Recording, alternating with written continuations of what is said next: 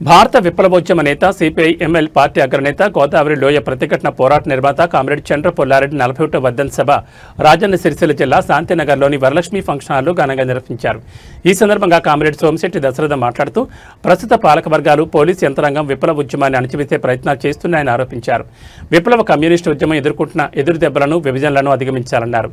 ప్రజలను వర్గ పోరాటంలోకి, వ్యవసాయ విప్లవోద్యమ భూ పోరాటంలోకి సమీకరించే దీర్ఘకాలిక కర్తవ్యాలను చేపడతామని తెలిపారు. పూర్తి అంకిత భావంతో పనిచేస్తామని స్పష్టం చేశారు.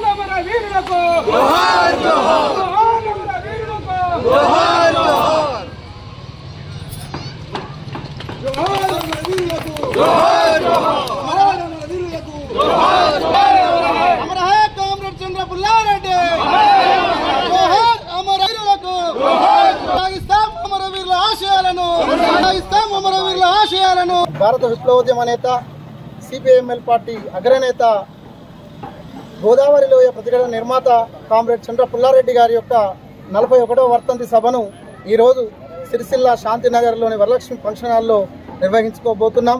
మరి ఏదైతే మధ్య భారతంలో అణచివేత పోలీసు క్యాంపులతో 4 కిలోమీటర్లకు ఒక పోలీస్ క్యాంపు పెట్టి మరి అక్కడున్న ఆదివాసులను భయభ్రాంతులను చేసి మరి అక్కడున్న పేద ప్రజల పక్షాన పోరాడుతున్నటువంటి వారిని పాశవికంగా హత్యలు చేస్తూ ఆ అటవీ సంపద ఆదాని అంబానీలకు దోచిపెట్టడం కోసం ఈ బూర్జువా పార్టీలు కోసం పీడిత ప్రజల విముక్తి కోసం సాగినటువంటి ఒక పోరాటంలో ఈ దేశంలో అనేక మంది విప్లవ వీర కిషోరాలు అమరులైనారు.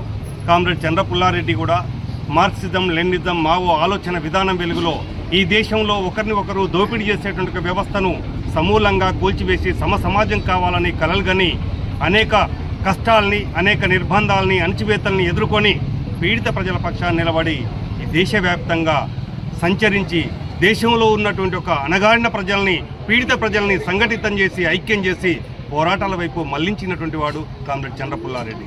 కామ్రేడ్ చంద్ర పుల్లారెడ్డిని స్మరించుకోవడం అంటే ఈ దేశంలో ఉన్నటువంటి ఉద్యమాల్ని సమీక్షించుకోవటం, ఈ దేశంలో జరుగుతున్న అసమానతలకు వ్యతిరేకంగా పోరాటాలని ఎట్లా సంఘటితం చేయాలి, ఎట్లా ఐక్యపరచాలి, పోరాటాలని మరింత ఉధృతంగా ఎట్లా మనం ముందుకు తీసుకెళ్లాలి అనే విషయాల మీద సమీక్షించుకోవడానికి మనకు ఉపయోగపడుతుందనే దాంతో ఈ అమరవీరుల సంస్మరణ సభల్ని మనం జరుపుకుంటున్నాం. నాగిరెడ్డి గారు కానీ, సత్యనారాయణ సింగ్ కానీ, చార్ మజుందార్ కానీ ఇట్లా చెప్పుకుంటూ పోతే అనేక మంది ఈ పీడిత ప్రజల కోసం పోరాడి తమ యొక్క అమూల్యమైన ప్రాణాలని బలిదానం చేశారు. కొంతమంది కామ్రేడ్స్ తమ యొక్క అనారోగ్యాలతో మరణించినప్పటికీ అనేక మంది కామ్రేడ్స్ ఈ రాజ్యహింసలో తమ యొక్క ప్రాణాలని అర్పించి పీడిత ప్రజల కోసం త్యాగాలు చేసినట్టు ఒక చరిత్ర ఈ విప్లవకారులది. కానీ ఈ రోజు ఉన్నటువంటి ఒక పాలకవర్గాలు విప్లవోద్యమాన్ని అణచివేయడానికి అనేక కుట్రలు, కుతంత్రాలు చేస్తూ ఈ యొక్క విప్లవోద్యమ ఎదుగుదలను ఎప్పటికప్పుడు తుంచివేయాలనే ఒక ఆలోచనతో ఈ పాలకవర్గాలకు అనుకూలమైన పోలీసు. కామ్రేడ్ చంద్ర పుల్లారెడ్డి 41వ వర్ధంతి సభ సిరిసిల్ల పట్టణంలో జరుపుకోబోతున్నాం. కామ్రేడ్ చంద్ర పుల్లారెడ్డి చనిపోయి నేటికి 49 సంవత్సరాలు.